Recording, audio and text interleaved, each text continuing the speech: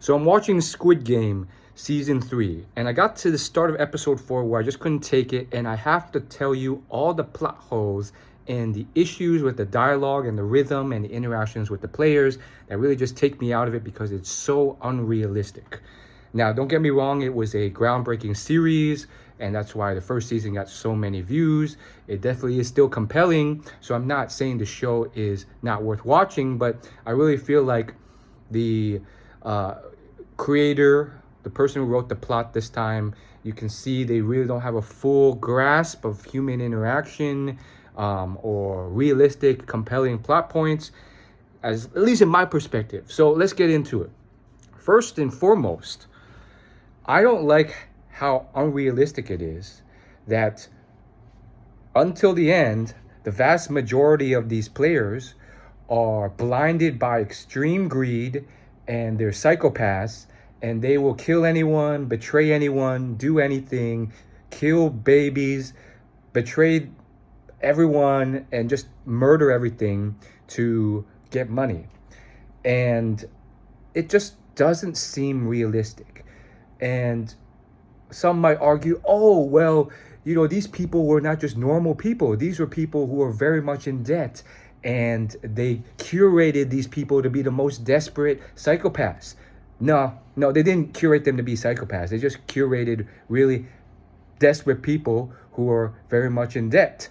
And typically, you could just declare bankruptcy. Your credit score will go down, but you can start over in a way if you're very much in debt, at least in the US, I feel like. And just because they gamble a lot and they lose a lot of money doesn't mean that they immediately are people who will kill others. I would argue most of the people, the majority of the people who are chronic gamblers or very much in debt still have humanity, and that doesn't just automatically mean that they're going to kill everyone and do anything, kill mothers and babies and all this stuff just for money. And so I found it unrealistic. I feel like as there's multiple points with season 2 and 3 where I felt like the tide should have turned.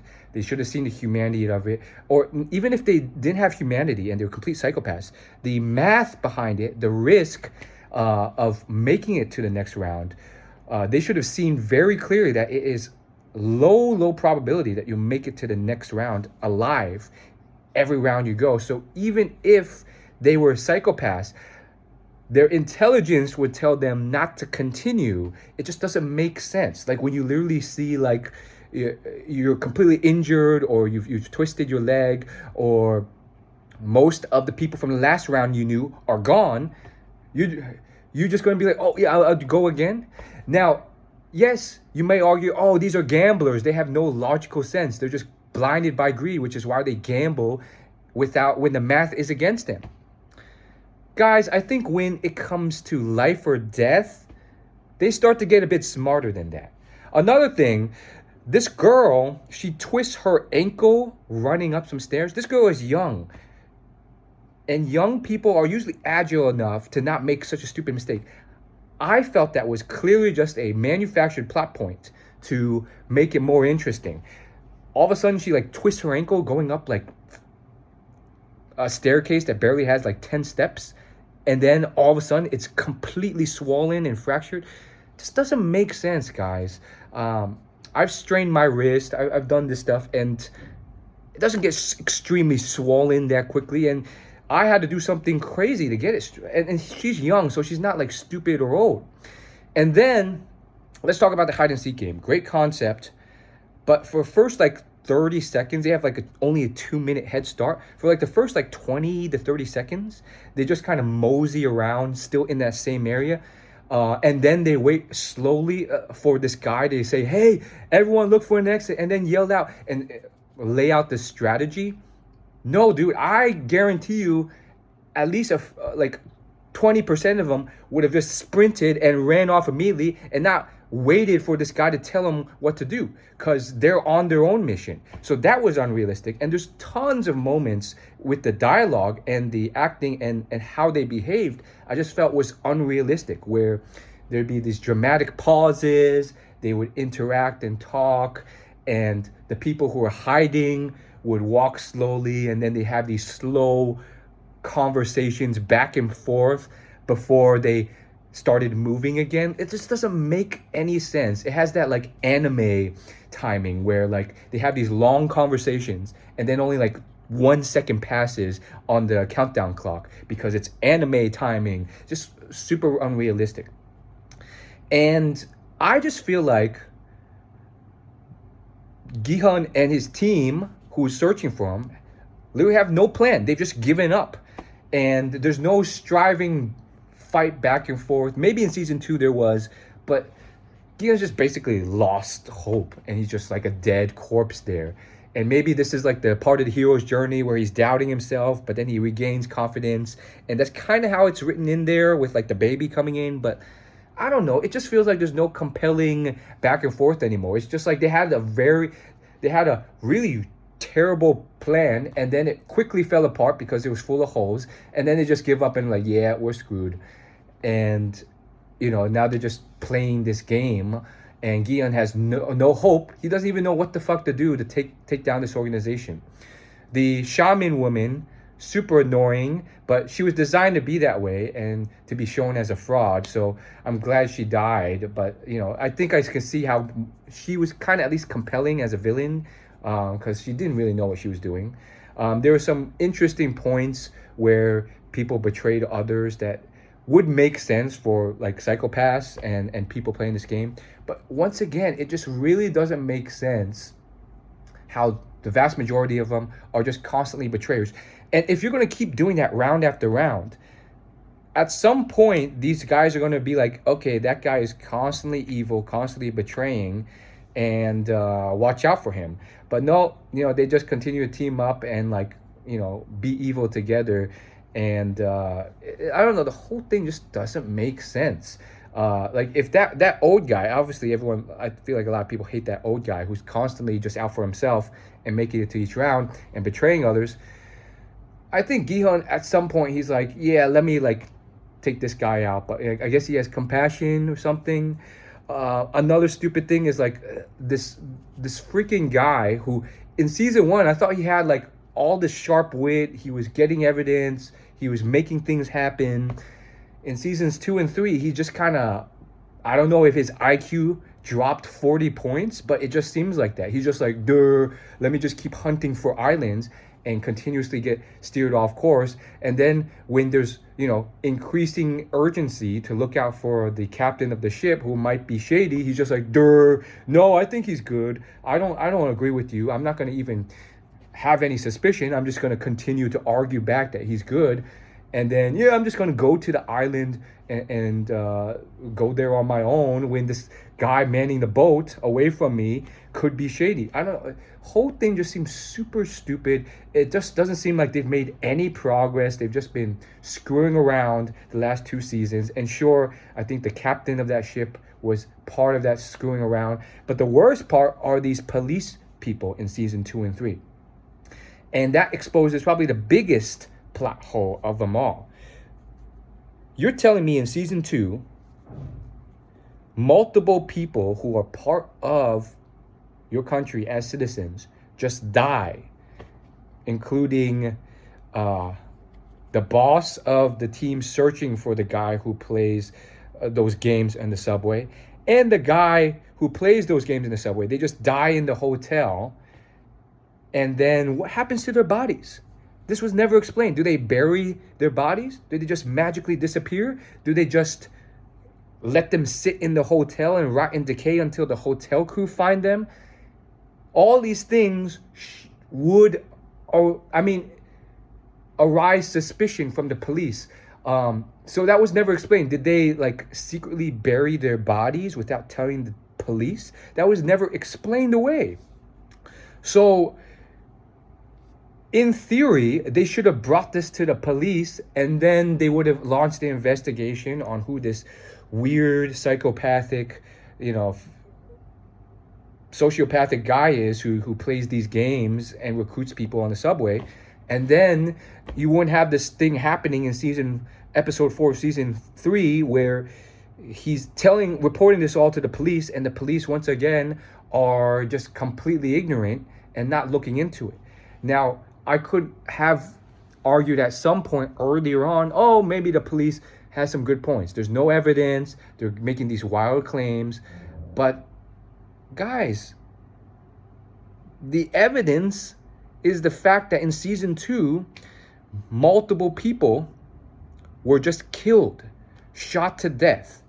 And what happens? They never address that. Did they just bury their bodies and make them disappear? Well, the boss of the crew searching for the guy who plays those games in the subway to recruit people, he probably has family and a wife and kids and friends who are going to file missing friends report and tell him all this stuff. But you're going to tell me in, season 3 that no one even realizes he's dead? And that was kind of the way it was depicted. Because when the guy who is suspicious of the captain of the ship goes to another member of the team who was searching for the recruiter, the guy from the team was just like, oh, he died? Why didn't you tell me? Dude, it seems like it's been days or weeks, maybe months of preparation to hunt this island. And they're just going to be like, oh, the boss hasn't come into work for weeks on end. Oh, I assume he's just fine. I'm not going to file missing persons report. His body and his identity and everything, he just disappeared into the wind, and the police aren't going to investigate that. They're just gone. So it's just filled with plot holes. And then you're telling me they're going to do all this crazy, horrific stuff in the game, and they're going to hang up the rebellions people to on the chandelier, or they're going to let a rebellion happen and do all this chaotic stuff to show how chaotic and risky the games are, and the contestants are not going to have any doubts that maybe this thing is not as reliable as we think. Maybe we're not going to make it out alive. I'm willing to doubt that in a real situation, most of these people would be very skeptical and doubtful. They're going to be like, you know what? Even if I make it out and win this thing, who's to tell me they're even going to pay me? They have this whole organization and they've killed off everyone. They could literally just kill me and then not pay me. Or we can vote and say, we're all going to get out of here. And then even if we all majority vote for that, they may just say, no, you guys stay in the games anyway. So there'd be tons of skepticism. And if I was Gihun, I would have sowed that skepticism in to make them to vote themselves out. You're going to tell me, and I think that this is like a whole theme of the show about like, oh, these people deserve it because they themselves made a choice every round to stay in the game. Well, that's the theme of the show. In reality, dude, I have a high belief that a lot of these people would care more about their lives than making all that back. Preservation of life, much higher than greed. A lot of them are going to have majority voted their way out of there multiple rounds, every single round. That's the more realistic approach. And so I just don't think it's realistic. It's not a good business model. These people, this whole thing's funded by these rich billionaires, and they would have definitely voted out way ahead of time. And then the billionaires would be pissed because they were like, you're going to tell me they all voted out after the second round? Then there's nothing for us to watch. We're not funding this. So the whole business model falls apart. So the whole thing just doesn't make sense from multiple fronts. Either the business people, the whole voting out thing won't actually be put in there because they would, vote themselves out quickly. Or the whole thing is a front where even if you majority vote yourselves out, they're going to say like, yeah, you're going to still stay in here. We're just making that vote thing up because we're banking on no one voting themselves out. But since you did, we're going to still keep you in here because we got to pay these billionaires. Speaking of which, the billionaires who are funding this whole thing, like in season 1, they finally show their face and they are just as cartoonish and ridiculous as in season 1. Okay, give or take. Maybe a little bit more realistic, but still, so many plot holes there. You're going to invite them to be part of this game, and most of them are going to say yes? Heck no. After they just saw the riots take place, where literally these people are out to, riot and kill and potentially kill a bunch of the staff, that thing would have upset the billionaires potentially, and they would have been like, you guys clearly don't have a handle on this whole games as I thought. You're fired. That's very risky. What if they killed their ways up to us while we're watching, and now we're at risk for death? We aren't trained in combat. We made our money in business. And so they would have a lot of skepticism to be there. And then you see in like the start of like episode 3, like one of the billionaires literally has a guy with a knife who's desperate to live at all costs, come at him with a knife. And you're telling me that this billionaire is just going to be like, yeah, this is fun. I'm gonna get out here. Guys, a lot of these people who make a lot of money are not well trained in combat. They would be scared to death. And assuming something bad happens to them, incredible risk and liability. I don't think a billionaire who's as smart as that would ever put themselves into that position to potentially die. You know how pretty much every company or service or safari or roller coaster has all these safety precautions? It's because the customers would riot if there's any chance or glimmer of them being killed or heavily injured. And so definitely this guy's a customer. He's definitely not going to be like, oh yeah, that guy almost killed me with a knife. This is so fun. No, they're going to be like, first off, I'm not going to partake in the games, even if you offer that to me. Second off, if I did, I'm going to be very disturbed by that, and that's going to be unpleasant. Let's talk about these billionaires as well and how cartoonish and ridiculous they are. The worst one was the girl, and I can't blame the actress. I mean, the acting was it was kind of terrible, but it was really how she was written.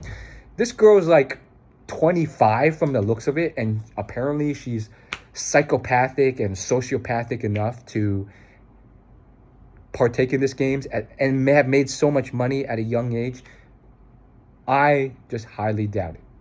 And you may argue, like you argue with all these other points I made, oh no, the show is amazing, everything is perfect. No, that's just because you're a fanboy of the show and you want to twist everything to be good and great. No, this was just not well written and ridiculous. First off, I don't think a woman billionaire like that would partake in this type of thing. I don't think those type of people are likely sociopaths and terrible people who would engage in entertainment and see all the suffering and be amused.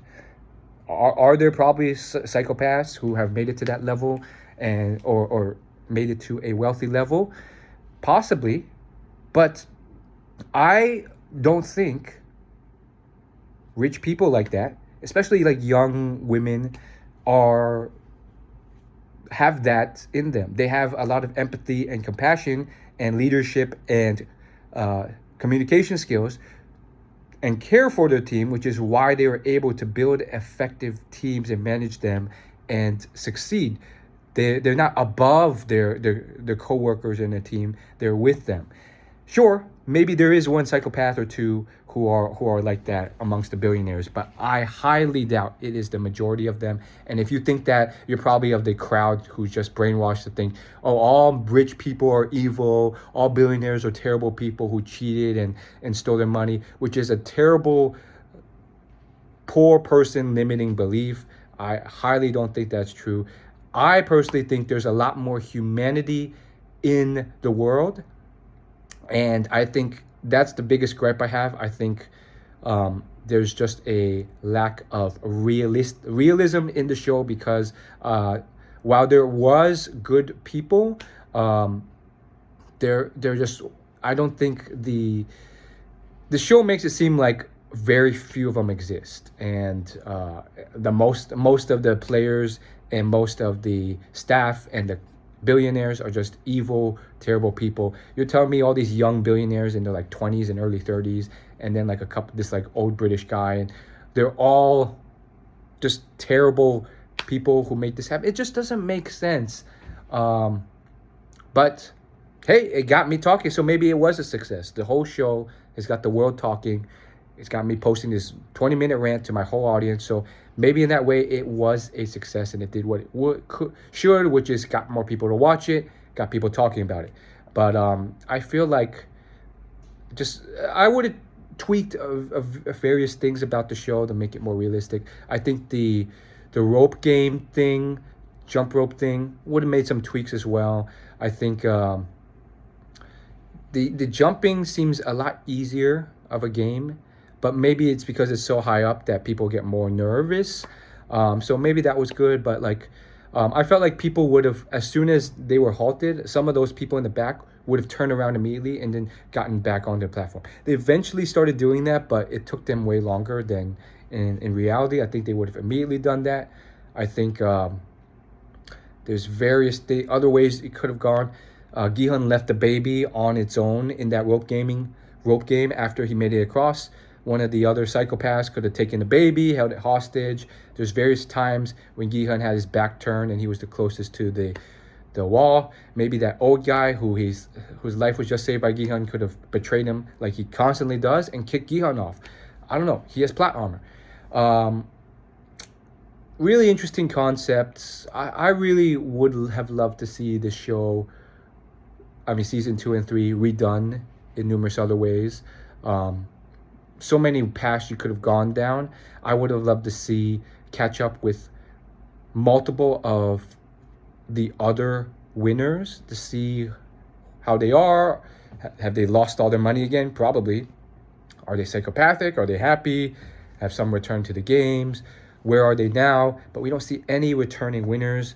And yeah, a bunch of things just pissed me off a bit about the show. But overall, here we are, and it is got the world's attention. So really interesting show, terrible show, a lot of tragedy and sacrifice and death. And I think the biggest thing is, yes, I think it's evoked the audience and cries of outrage from the audience because of all the suffering and cruelty. But I don't feel like a lot of the other players watching would just have no compassion in that way and just continue to betray and lie and do all this stuff. But there you go. Got us talking.